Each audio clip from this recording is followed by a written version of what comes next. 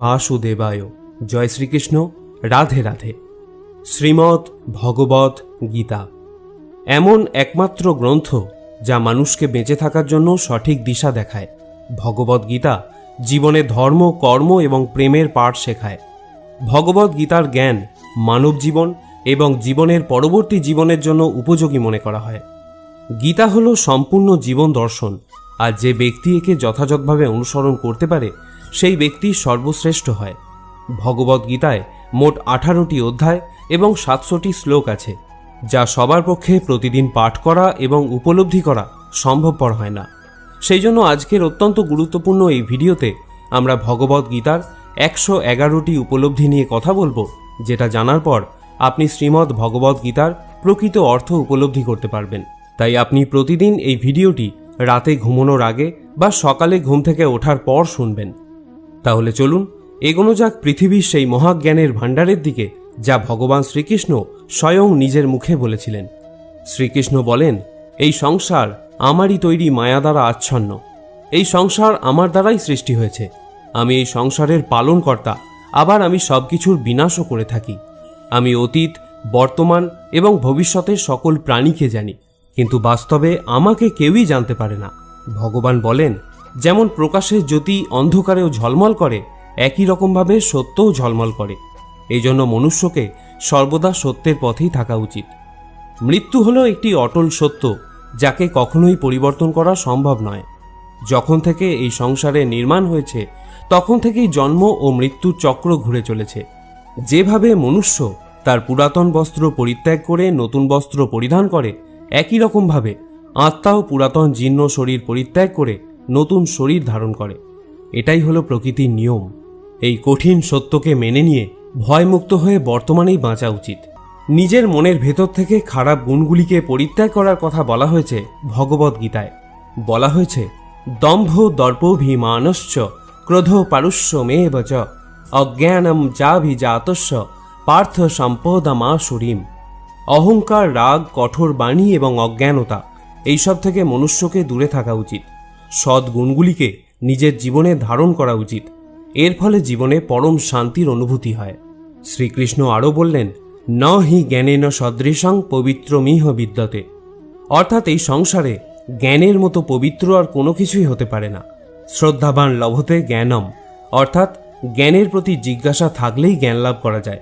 জ্ঞানম লব্ধা পরাং শান্তিম অচিরেনাধিগচ্ছতি।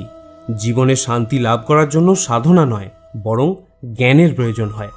তিনি সমগ্র মানবজাতিকে উদ্দেশ্য করে অর্জুনকে বলেছিলেন, যদি মনকে বশে না করতে পারো তাহলে সেই মন তোমার চরম শত্রু হয়ে উঠবে।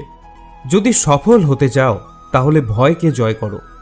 অর্জুন যখন কৌরবদের বিরুদ্ধে যুদ্ধ করতে রাজি হলেন না, তখন ভগবান শ্রীকৃষ্ণ তাকে বললেন, হত বৈ প্রপয়সী স্বর্গম জিত্বা বভক্ষসে মহিমা তস্মাৎ উত্তিষ্ঠা কৌন্তেয়া যুদ্ধয়া কৃত নিশ্চয়। হে অর্জুন, তুমি নির্ভয়ে যুদ্ধ করো। নিহত হলে স্বর্গ পাবে, আর জিতলে পৃথিবী শাসন করবে। তাই যে কোনো কাজে সফলতা পেতে হলে মন থেকে ভয়কে দূর করতে হবে। কর্মফল নিয়ে পরমেশ্বর ভগবান গীতায় বলেছেন, কর্মণ্যেবাধিকারস্তে মা ফলেষু কদাচনা। গীতার এই শ্লোকে ফলের আকাঙ্ক্ষা ব্যতীত কর্মের আদি ক্ষেত্রের ওপর জোর দেওয়া হয়েছে। আপনি যদি কোনো কাজে সাফল্য চান তবে কর্মে মনোযোগ দিন, তবেই আপনি বিভ্রান্তি ছাড়া কর্ম করতে সক্ষম হবেন। গীতায় বলা হয়েছে, ফল কামনা করে কর্ম করলে কর্মের দিকে কম আর ফলের দিকেই বেশি মনোযোগ থাকে। যতক্ষণ না তুমি নিজের কাছে হেরে যাচ্ছ, ততক্ষণ এই পৃথিবীর কেউ তোমাকে হারাতে পারবে না। দুর্বল তুমি নয়, দুর্বল তোমার সময়, আর সময় প্রত্যেকের পরিবর্তন হয়। যারা প্রকৃত জ্ঞানী ব্যক্তি, তারা না তো মৃত ব্যক্তির জন্য শোক করেন, না তো তাদের জন্য শোক করেন যারা জীবিত আছেন। কারণ তিনি জানেন যে মারা গেছে সে আবার জন্ম নেবে, আর যে জীবিত আছে সেও একদিন নিশ্চয়ই মারা যাবে। ভগবান শ্রীকৃষ্ণ বলেন, মনের শান্তির থেকে বড় সম্পদ এই পৃথিবীতে আর কোনো কিছুই নেই। যে ব্যক্তি নিজের মনকে শান্ত রাখতে শিখে গেছে, তার থেকে বড় ধনী এই সংসারে আর কোথাও নেই। সময় কখনো মানুষের তৈরি পথে চলে না, মানুষকেই সময়ের তৈরি পথে চলতে হয়। একেই তো নিয়তি বলে। জীবন তখন কঠিন মনে হয় যখন আমরা নিজেকে পরিবর্তন করার পরিবর্তে পরিস্থিতিকে পরিবর্তন করার চেষ্টা করি। কর্মই হলো সবথেকে বড় ধর্ম। ভগবান শ্রীকৃষ্ণ গীতায় অর্জুনকে উপদেশ দিতে গিয়ে বলেছেন, মনুষ্য কর্ম করার জন্যই পৃথিবীতে জন্ম নেয়, আর কর্ম না করে কেউ ক্ষণকালও থাকতে পারে না। পরিণামের কথা চিন্তা না করে মানুষকে নিজের কর্তব্য পালন করে যাওয়া উচিত। ক্রোধ মানুষকে নরকে টেনে নিয়ে যায়। ক্রোধ করার জন্য মানুষের মন অশান্ত হয়ে পড়ে, আবেগের বশবর্তী হয়ে তখন সে নিজেরই ক্ষতি করে। ভগবান শ্রীকৃষ্ণ বলেন, মনুষ্যকে ক্রোধ এড়িয়ে চলতে হবে। যতই রাগ হোক না কেন, নিজেকে নিয়ন্ত্রণ করার প্রচেষ্টা করতে হবে। এই সংসারে আজ যা তোমার আছে, গতকাল তা অন্য কারো ছিল, আগামীকাল তা অন্য কারো হয়ে যাবে। তুমি এই পৃথিবীতে খালি হাতেই এসেছ, আর তোমাকে খালি হাতেই এখান থেকে ফিরে যেতে হবে। মনের ওপর নিয়ন্ত্রণ রাখা অত্যন্ত জরুরি। মানুষের মন বায়ুর মতো চঞ্চল হয়ে থাকে। এই মনের জন্যই মানুষ কাম বাসনার প্রতি আকৃষ্ট হয়ে নিজের লক্ষ্য থেকে ভ্রষ্ট হয়ে যায়। যদি জীবনের সফলতা পেতে হয়, তাহলে মনের ওপর নিয়ন্ত্রণ পাওয়া খুবই জরুরি।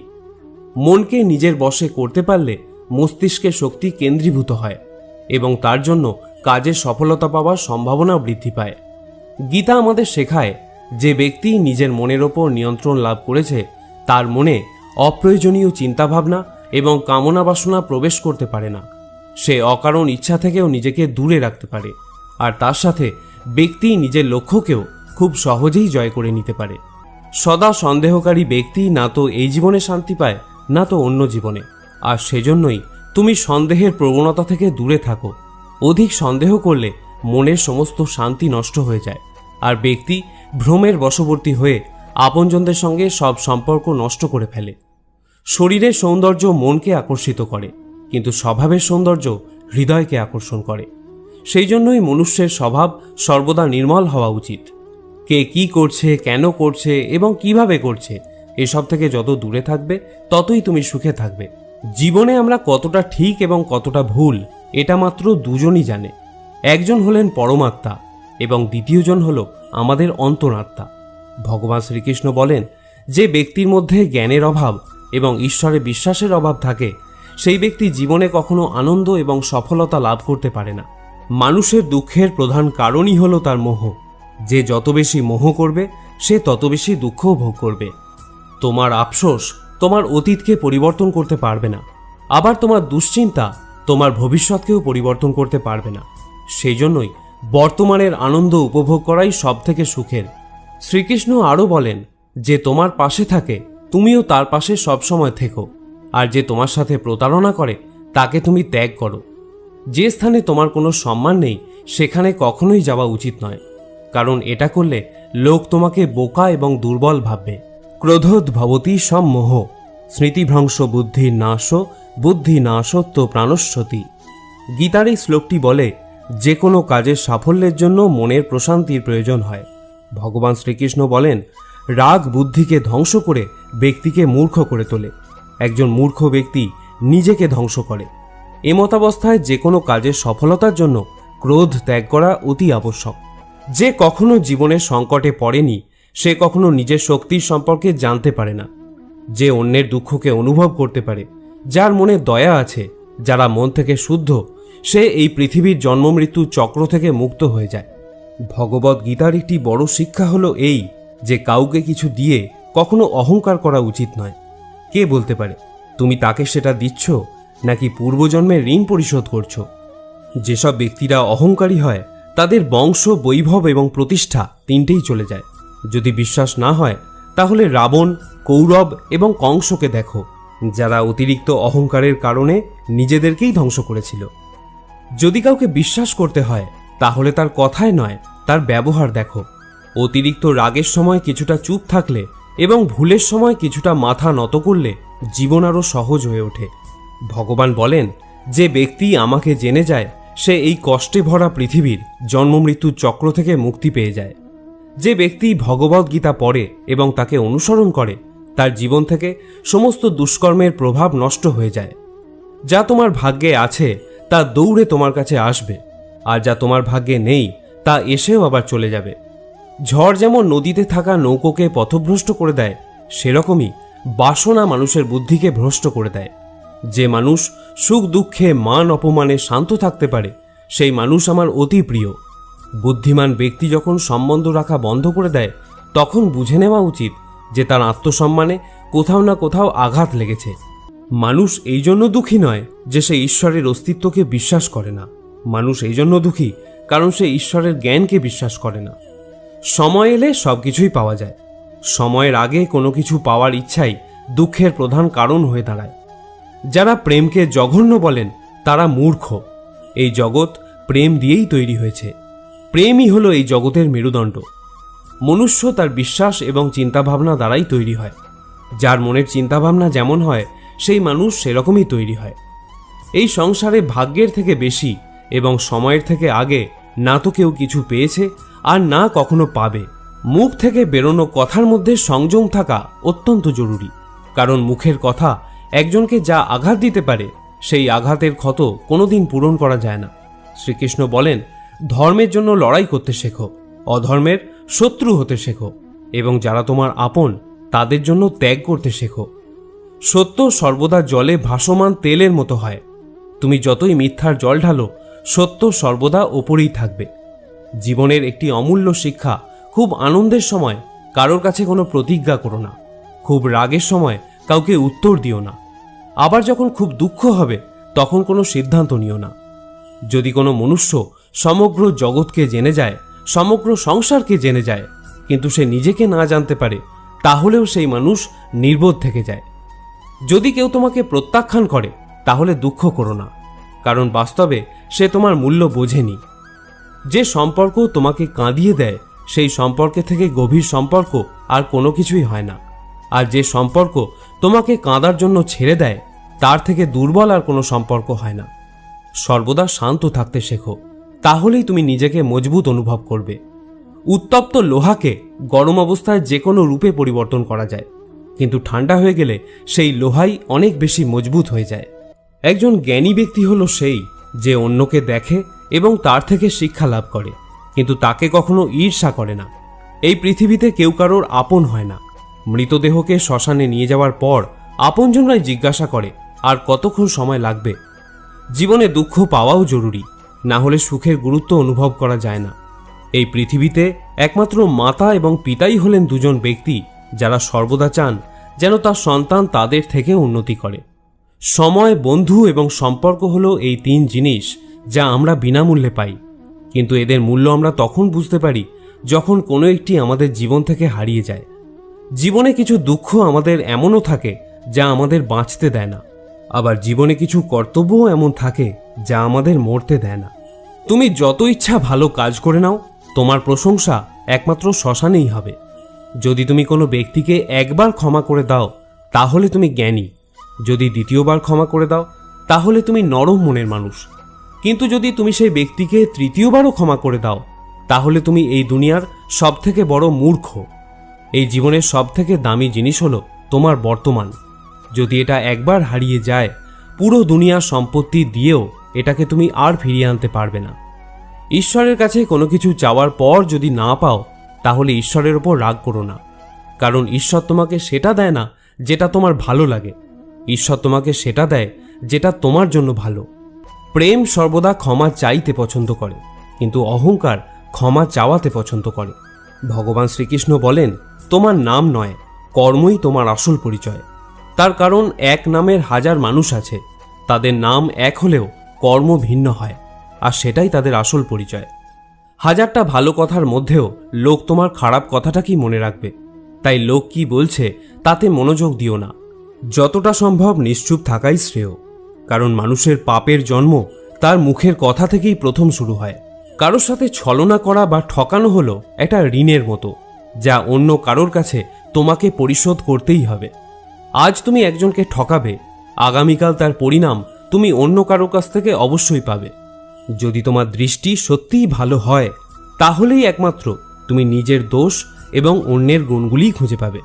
যে সময়ের সাথে স্বভাব পরিবর্তন করে তাকে কখনোই বিশ্বাস করা উচিত নয়। জীবনে কখনো নিজেকে অন্যের সাথে তুলনা করো না। তুমি যেমনই হও সেটাই সর্বশ্রেষ্ঠ। প্রত্যেকেই তাদের জীবন বদলানোর জন্য সময় পায়, কিন্তু সময় বদলানোর জন্য দ্বিতীয় জীবন কেউই পায় না। ভগবান বলেন, যা অবশ্যম্ভাবী তা ঘটবেই, আর যা হবার নয় তা কখনোই হবে না।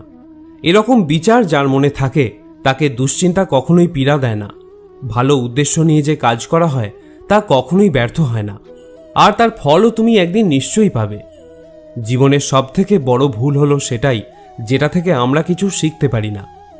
আজ তুমি যে কাজ করছো তার ফল তুমি ভবিষ্যতে নিশ্চিত পাবে, আর আজ তুমি যা পেয়েছো তা তোমারই দ্বারা করা তোমার অতীতের কর্মের ফল। শ্রীকৃষ্ণ বলেন, যে মানুষ শ্রদ্ধা ভক্তির সঙ্গে আমার উপাসনা করে আমি তাকে সেই সব কিছু দিয়ে থাকি যা তার কাছে নেই, আর তার কাছে যা থাকে আমি তা রক্ষাও করি। কাকে কি আর কতটা বলতে হবে যদি তুমি শিখে নাও, তাহলে তোমার জীবন সার্থক হয়ে যাবে। যদি জীবনে কখনো সুযোগ পাও তাহলে স্বার্থ ত্যাগ করে সাহায্য করে দিও, কিন্তু কখনোই স্বার্থপর হয়ে এড়িয়ে যেও না। ধর্ম দ্বারা পরিপূর্ণ হৃদয় সর্বদা ধর্মের পরামর্শ দেয়, আর অধর্ম দ্বারা পরিপূর্ণ হৃদয় সর্বদা অধর্মের পরামর্শ দেয়। কোনো রকম দুঃখ কষ্টের মধ্যে তোমাকে এই 7টি গুণ বাঁচাবে: তোমার জ্ঞান, তোমার বিনম্রতা, তোমার বুদ্ধি, তোমার ভিতরের সাহস, তোমার ভালো কর্ম, সত্য কথা বলার অভ্যাস এবং ঈশ্বরে বিশ্বাস। যখন কঠিন সময় আসে তখন ব্যক্তি একা হয়ে যায়, কিন্তু এটাও সত্য যে সেই কঠিন সময় ব্যক্তিকে আরও মজবুত করে দেয়। যে তোমাকে সম্মান দেয় তাকেও তুমি সম্মান দাও। কারো সামর্থ্য দেখে তার সামনে মাথা ঝোঁকানো ভীরুতার লক্ষণ। তোমার সামনে যত বড় কঠিন পরিস্থিতি এসে পড়ুক না কেন, একটা কাজ করবে: নিজের সব কিছু ভগবানকে সমর্পণ করে দাও। ভগবানের উপর বিশ্বাস সেই ছোট্ট শিশুর মতো করো যাকে হাওয়াতে ছুঁড়ে দিলেও সে হাসতে থাকে। সে ভয় পায় না, কারণ সে জানে যে তুমি তাকে নিচে ফেলে দেবে না। ভগবান শ্রীকৃষ্ণ বলেন, তুমি মন ছোট করো না। যদি আপনজন তোমার থেকে মুখ ফিরিয়েও নেয়, আমি তোমার সাথে সবসময় থাকব। কারোর সামনে এতটাও ঝোঁকা উচিত নয় যে সে তোমাকে নিচু শ্রেণীর লোক ভাবতে শুরু করে। মনুষ্য সর্বদা তার ভাগ্যকে দোষারোপ করে, এটা জেনেও যে ভাগ্যের থেকেও বড় হলো তার কর্ম, যেটা তার নিজের হাতেই রয়েছে। জীবনে এমন একজন থাকাও খুব জরুরি যাকে কিছু বলার জন্য ভাষার প্রয়োজন হয় না, হয়তো তাকেই পরমাত্মা বলা হয়। শ্রীকৃষ্ণ বলেছিলেন, মৃত্যুর সময় কোনো ব্যক্তি যদি আমার নাম করতে করতে দেহত্যাগ করে তাহলে সে আমার পরম ধাম প্রাপ্ত হয়। ভগবান শ্রীকৃষ্ণ অর্জুনকে বললেন, হে ভারত, প্রকৃতি আমার গর্ভাধান স্থান। আমি প্রকৃতিতে গর্ভাধান করি, আর তা থেকেই সর্বভূতের উৎপত্তি হয়। মানুষ, দেবতা ও অন্যান্য যোনিতে যে সকল শরীর উৎপন্ন হয় আমি তাদের পিতা, এবং প্রকৃতি হলেন তাদের মাতা। হে মহাবাহ, সত্য, রজ এবং তম এই 3 গুণ দেহ মধ্যে আত্মাকে আবদ্ধ করে রাখে। এর মধ্যে সত্যগুণ হল নির্মল ও নির্দোষ। এই সত্যগুণ আত্মাকে সুখ ও জ্ঞানের সঙ্গ দিয়ে আবদ্ধ করে রাখে। রজগুণ আত্মাকে রাগ, তৃষ্ণা, আসক্তি প্রভৃতি কর্মাশক্তি দ্বারা আবদ্ধ রাখে, আর তমগুণ হল জীবের ভ্রান্তি ও অজ্ঞানতার কারণ। এই তমগুণ আমোদ, প্রমোদ, আলস্য, নিদ্রা দ্বারা আত্মাকে আবদ্ধ রাখে। যখনই সকল ইন্দ্রিয় দ্বারে জ্ঞানের প্রকাশ হয় বা নির্মল জ্ঞান উৎপন্ন হয় তখন বুঝবে সত্যগুণ বৃদ্ধি পেয়েছে। যখন লোভ লালসা প্রকাশিত হয় তখন বুঝবে রজগুণ বৃদ্ধি পেয়েছে। আর যখন মোহ ঘিরে আসে, বুদ্ধি বিপর্যয় ঘটে এবং কর্তব্যে অনীহা আসে, তখন বুঝবে তমগুণ প্রাধান্য পেয়েছে। সত্যগুণ প্রাপ্ত অবস্থায় যদি জীব দেহত্যাগ করে তবে সে স্বর্গলোক প্রাপ্ত হয়। যদি রজগুণ থাকা অবস্থায় দেহত্যাগ করে তবে পরজন্মে কর্মী হয়ে মনুষ্য যোনিতে জন্মগ্রহণ করে। আর যদি তমগুণ অবস্থায় দেহত্যাগ করে তবে বোকা, পাগল অথবা অবিবেকী হয়ে এই জাতীয় বিভিন্ন যোনিতে জন্মগ্রহণ করে। হে অর্জুন, আমি অব্যক্ত রূপে সমস্ত জগৎ ব্যাপিয়ে আছি। সমস্ত জীব সকল আমাতেই অবস্থিত, কিন্তু আমি তাহাতে নই। যেমন আয়নাতে তুমি নিজের প্রতিবিম্ব দেখতে পাও, অর্থাৎ তুমি আয়নার মধ্যেই আছো, কিন্তু আয়না তোমার মধ্যে নেই। হে কৌন্তেয়, কল্পের শেষে সমস্ত জীব আমাতেই বিলীন হয়, আবার কল্পারম্ভে পুনরায় তারা আমার থেকেই নির্গত হয়।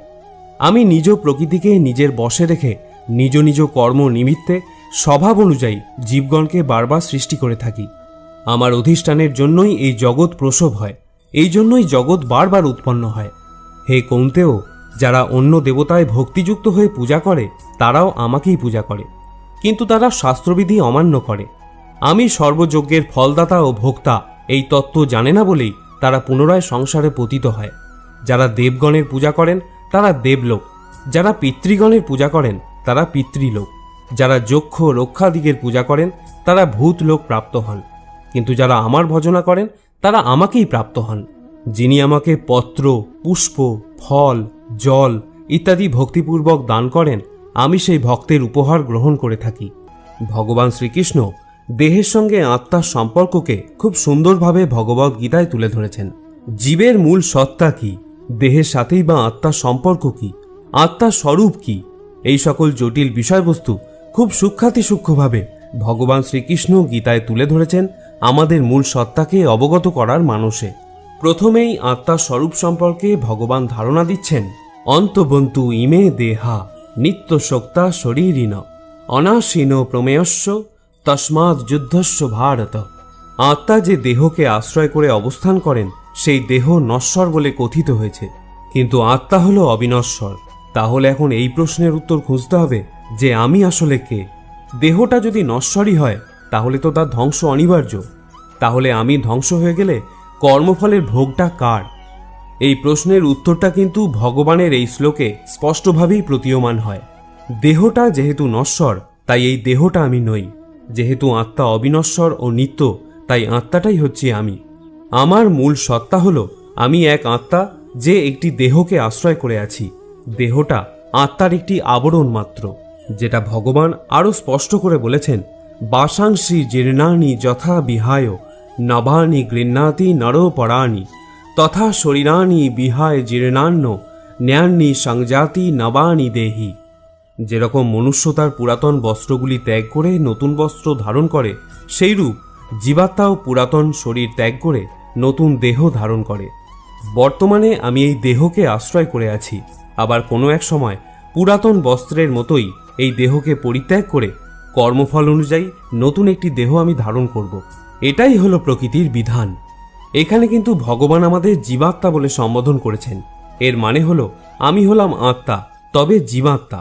আর পরমেশ্বর ভগবান যেহেতু সর্বভূতে অবস্থান করেন তাই তিনি হলেন পরমাত্মা। যেহেতু আমার জন্ম হয়েছে তাই আমার মৃত্যু অবশ্যম্ভাবী, কিন্তু জন্ম ও মৃত্যু কোনো সৃষ্টি বা বিনাশ নয়।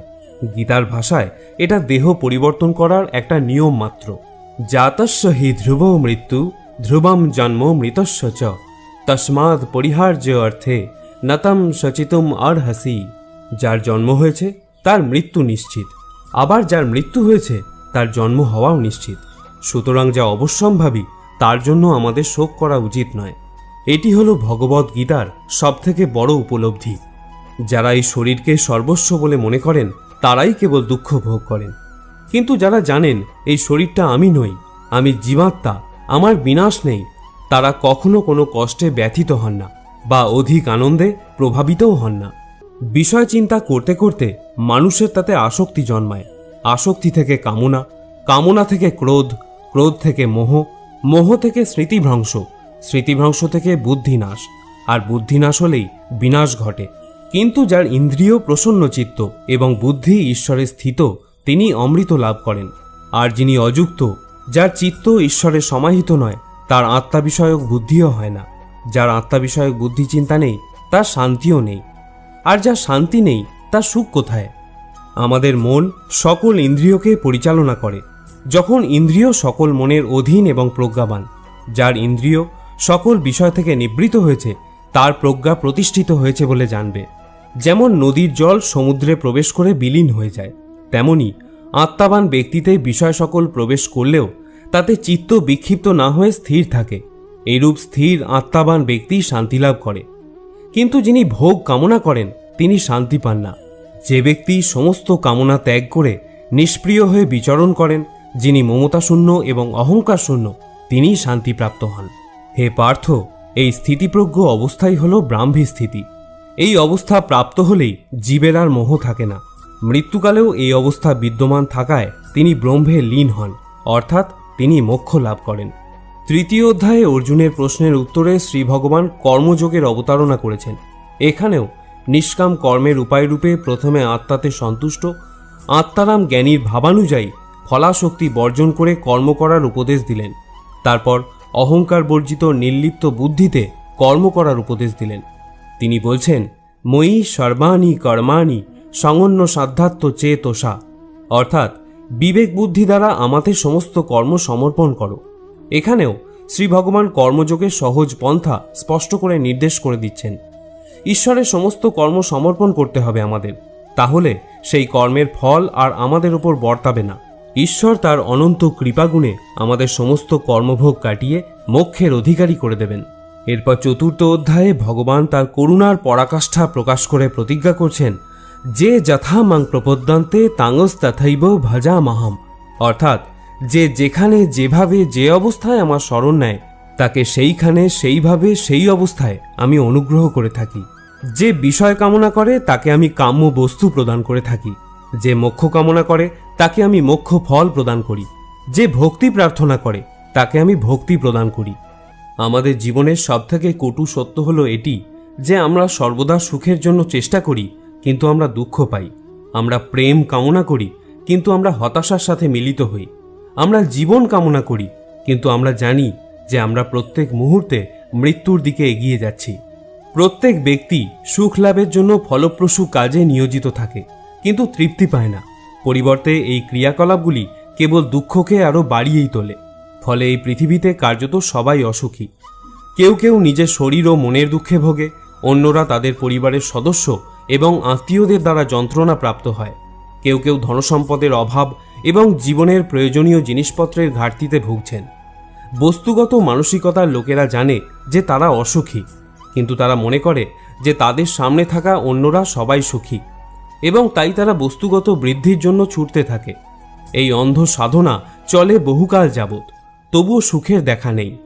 এখন যদি মানুষ এটা বোঝে যে ফলপ্রসূ কাজে লিপ্ত হয়েও কেউ কখনো সুখ অর্জন করতে পারেনি, তাহলে তারা বুঝবে যে তারা যেদিকে ছুটছে তা বৃথা এবং অর্থহীন, এবং তখন তারা আধ্যাত্মিক জীবনের দিকে ফিরতে পারে। যাদের বুদ্ধি আধ্যাত্মিক জ্ঞানে স্থির হয়ে গেছে তারা বোঝে যে ভগবানই সবকিছুর পরম ভোগদাতা। ফলস্বরূপ তারা তাদের কর্মের ফলের প্রতি আসক্তি পরিত্যাগ করে, তার কাছে সমস্ত কিছু নিবেদন করে এবং তার করুণা হিসাবে যা আসে তা নির্মলভাবে গ্রহণ করে। এটি করার ফলে তাদের কর্মগুলি কর্মিক প্রতিক্রিয়া থেকে মুক্ত হয়ে যায়, যা একজনকে জীবন ও মৃত্যু চক্রে আবদ্ধ করে। শ্রোতা বন্ধুরা, আমি আশা করব ভগবত ভক্তির এই কথাগুলি আপনার ভালো লেগে থাকবে। সনাতন ধর্মকে আরও বেশি বেশি করে প্রচারের নিমিত্ত গীতার এই সার কথা আপনার আপনজনদের সাথেও শেয়ার করুন, যাতে তারাও পরমাত্মার স্নেহ ছায়ায় অপার শান্তি লাভ করতে পারে এবং আপনারও তাতে মঙ্গল হয়। আপনাকে অনুরোধ করব ভিডিওটিতে একটি লাইক অবশ্যই করবেন। আজ এখানেই আলোচনা শেষ করছি। সকলে ভালো থাকুন, সুস্থ থাকুন এবং গীতা প্রচার করতে থাকুন। জয় শ্রীকৃষ্ণ।